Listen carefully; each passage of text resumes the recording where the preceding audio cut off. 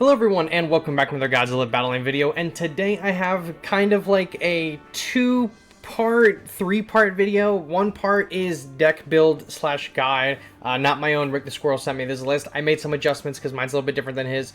But one part deck build, one part discussion on the Spamera meta, and then one part discussion on battle memories. I will try to find some games to put in here. My deck is really low for a Spamera deck. Gamera is really low especially, and then the Gyron is pretty low as well. But we're gonna see what we could do with it. So first things first, we're gonna talk about this deck. Now, Rick the Squirrel, friend of the channel, sent me his list. His is similar. This is it right here. This is his Facility City, and he's using the Rio card maxed out, the new Ultima card maxed out, the Battle of the Astro Monster card maxed out, and then the new Final Wars, or newish Final Wars Godzilla vs. Hedorah poster maxed out. I do not have that poster maxed out, so the general... I'm going to go look for that other card, though, that I'm missing. I had the Astro Monster one. The general vibe of this deck, the gameplay loop that you're trying to get into is you can basically keep the facilities around forever. The Giant Astro Monster one increases the operating time of facilities by 20 seconds and increases the HP of 1-star units and facilities by 20%, and that's at 5 stars. That's maxed out. I don't even have one copy of that card. That is probably an essential card for this list. I don't have it. If I did have it, I would replace the Shibuya card with it. The Shibuya card is maxed out. It's not in the store anymore. Increases the attack of all units by 8%. Additionally, increases the energy at the start of the battle by 2. I don't have the card that he suggested. I'm missing 2 of the cards that he suggested, so I have replaced them with the Godzilla Singular Point Teaser card. Increase the HP and attack of all battle pieces with energy cost of 5 or less. So everything here, right, for the most part, is 5 or less. And then I replaced with the Shibuya card. With the way his cards are set up, you can basically keep your 2 facilities alive the entire match. The energy base, and then the choppers. You can basically keep them alive the entire match. You can use Mechagodzilla's activated ability as a leader, or his leader ability, because it heals facilities. Restores HP of allied units and facilities in a circular area around self by 10% of maximum HP every second for 5 seconds, so 50% HP, and reduces damage taken by allied units and facilities in a circular area to self by 80% for 30 seconds. With the cards that he has set up at the levels that they all are at max, you can basically keep these 2 facilities up forever, which is really, really strong. I'm trying to look at the notes that he sent me about it. He said that the Ultima card can make facilities get HP, because the Ultima card, the new one, is like a flat HP rate to all units. These 2 facilities count as units. Therefore, you can just have unlimited energy and air base with Mechagodzilla 74 Leader and Spamera. I think this is a serious issue worth addressing. This is what he said to me. Plus, the energy card regens and just not being able to keep points after 2 weeks, so it's basically a pay-to-win mechanic at this point. Hundreds of dollars for a PNG, LOL. He's right. If you wanted to make the best version of this deck possible, you'd have to pay probably hundreds of dollars for all your cards to be maxed out. I have some cards that are maxed out. I don't have all cards maxed out. I have a few maxed out because it is a lot, and it's a lot of RNG. So we'll talk about the cards, right? I mean, we just did talk about the cards. They're really good. They're basically the crux of this entire deck. You really want Mechagodzilla Leader. Any of these 6 cards that I've shown you on this video, the 2 that Rick is using, the Astro Monster and the Ultima card, you definitely want the Godzilla Evolved 3.5 energy card, which is going away when this season ends, and then the Hedorah and Godzilla Final Wars card. Fantastic. And the Burning Godzilla card you can't even get anymore. For the main deck itself, it's Mechagodzilla Leader, because we're going to use him to heal up our facilities, keep them alive for a really long time, and boost our units. If, they're close to us, we can heal ourselves. The Chopper base, the energy base, because we're trying to keep the facilities alive. We have Gauss, who's going away after the season ends. We have the Shinden, we have Mogera, we have Destroya. My Destroya Perfect Form counts towards Gamera, and it's level 25, so that's my big bomb for the deck. Gyron, also really good. Really low levels on him, unfortunately. He's going away after this season ends. Megalon's good. Manila's fine. Giant Octopus is goated. So that's the deck. It's 3.3 energy or less, and it's just a regular... It's just a Spamera deck. It is just a meta Spamera deck. The only difference is this one also has energy base in it. And our game plan is, instead of boosting all the little guys, we are boosting the bases, so we can just have infinite choppers. My deck might not hit infinite choppers because my cards aren't super high level and I'm not using all of the right cards, especially the one that increases the facilities health by like 20%, I don't have that card. If you want to really use this kind of strategy to the fullest, that would be how I would do it. So I will try to get into some battles, and we can have a discussion on Spamera and the cards while those are going on. Shout out to David. Up first, David with a Shin Godzilla leader deck. So he didn't start out with either of the energy bases. So I guess the first point of discussion would be Spamera decks, right? We're using a Spamera deck, and it's pretty low-leveled Spamera deck, but it is still Spamera. I think a lot of people gravitate towards this particular kind of deck list because it's easy to use.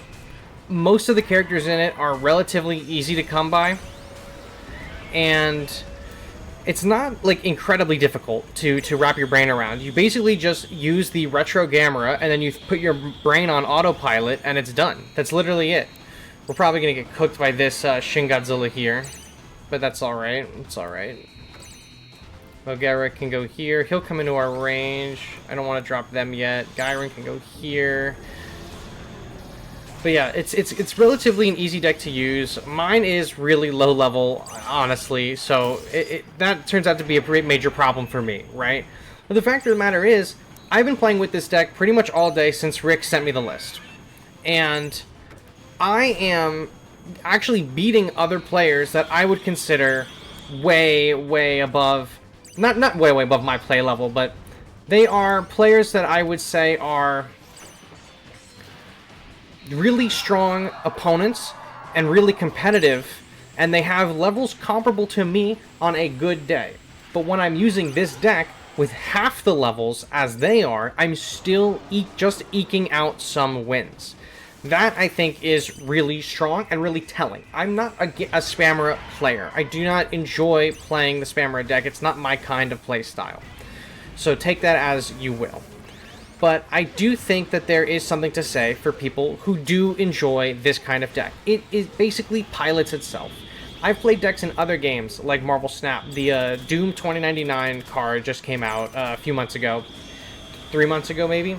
And the whole, maybe longer than I know, the whole game plan of that deck is that Doom 2099, he plays himself. You play cards on the field, you play one card a turn, and as long as Doom 29 is there, he generates another Doom bot for you. And with all the Doom bots he's playing, they're just boosting each other, leveling each other up. It's crazy, right? Gamera kind of is like that. You're just basically playing the main beater of the deck, which is Gamera. And then he just shows up, gives invincibility every little so often, and you basically just net profit. Like, it's really not a super complex strategy to get behind whatsoever. So they're going to attack. We're going to give our Manila a little boost. We're going to bring our facilities back to where they're supposed to be. We're going to throw Giant Octopus out there. We're going to do Gairen over here. It's just an extremely easy deck to pilot. You can get a lot of mileage out of it. I mean, you saw the levels that I have on this deck. They're not incredibly high, and we are still holding our own against this guy over here. Don't know his levels, but we clearly were able to play this well enough with really poor levels to seek a win out in the end. And I think that's why people like playing it, because it's extremely meta, right? It's meta because it's easy. That's why people like to play it. The deck is easy. I don't think the deck is fun. Plenty of people do think the deck is fun. There is a major counter to it in Godzilla 1991, but not a lot of people have him leveled up because he just came out, unless you're a whale. He completely circumvents the invincibility. I can foresee Toho adding more characters that circumvent the invincibility because this is the meta again. Spamera showed up a few months ago in 2024, and near the end of the year, when he was released, like November. As soon as Rio dropped, Spamera went away. Not that Spamera was bad to Rio. Rio was just so much better character. But now that Rio's out of the meta, Spamera is back in at the #1 deck spot, and there's tons of creative ways to abuse the deck. And I think because it plays itself, and there's tons of really good leaders that are just general purpose good, that's why it's seeing a lot more play. Love it or hate it, it's definitely probably the best constructed deck in the game right now. Pastis Prime, another Shin leader. So, while I got you here, let's talk about the cards, because I wanted to discuss the cards. Not the cards specifically that I'm using for this deck build. I'm mostly talking about... Hold on, I gotta lock in real quick. Boom. There we go. Oh, I just body with Manila. I played that wrong. It's fine. I gotta lock in. Hold on. Silence. Daddy's gotta lock in. Okay, what I'm saying. The card acquisition is horrible. And I think a lot of people's biggest gripes with this game at the moment is the card system. You can see this deck in particular, like this guy's levels are not anything. It's not like not jokes, right? That was like level 40 or whatever. Destroy Larva. He has the I think I let this go for too long or too little. Yeah, the chopper base is alive. Holy shit. It's gonna go down though. We got him. I just completely lost my train of thought. I'll finish it in the next battle. We just absolutely demolished this guy. Shout out to him for totally distracting me. I did lock in, though. I told you I was going to lock in. I know I said I was going to make this a battle memory discussion as well, but I just recorded the clip for the battle memory discussion, and it was like a 12-minute clip, and most of this video was just going to be me bitching and moaning about battle memory stuff. So I'm just going to save that for its own video. I'm just going to keep this, I guess, now on the fly and contained to strictly the Mechagodzilla deck video. I like this deck a lot. I don't want to make a whole put a whole lot of gameplay in this video because it's really just spammer with a few extra steps. You can keep your bases alive super easily. I just wanted to show you guys that you can try to use the cards in a new and interesting way that is different than maybe how spammer is already being played.